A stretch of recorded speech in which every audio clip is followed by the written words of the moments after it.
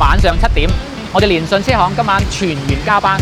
今日咧到店有40架車，呢度咧我哋嘅美容區今日已經走咗2、3架做打蠟車㗎。呢架 Benz 咧啱啱做大型蠟，而家準備交車。呢個歐翼門嘅做 Share 咧，而家做細緊車準備交。呢架車就啱啱到㗎啦，而家要揸入去做檢查。落亞呢個輪拎翻身已經拆咗過去㗎啦，應該聽日到。大專咧我哋啲老客戶嚟㗎啦，今次過嚟呢就係整底膽、搞剎車同埋整方向機，之後咧再做一個全車嘅貼玻璃膜。呢度咧我哋嘅快修區嚟嘅，嗱啲輪拎、啲輪胎同埋呢度咧做4輪定位，30帕傑羅。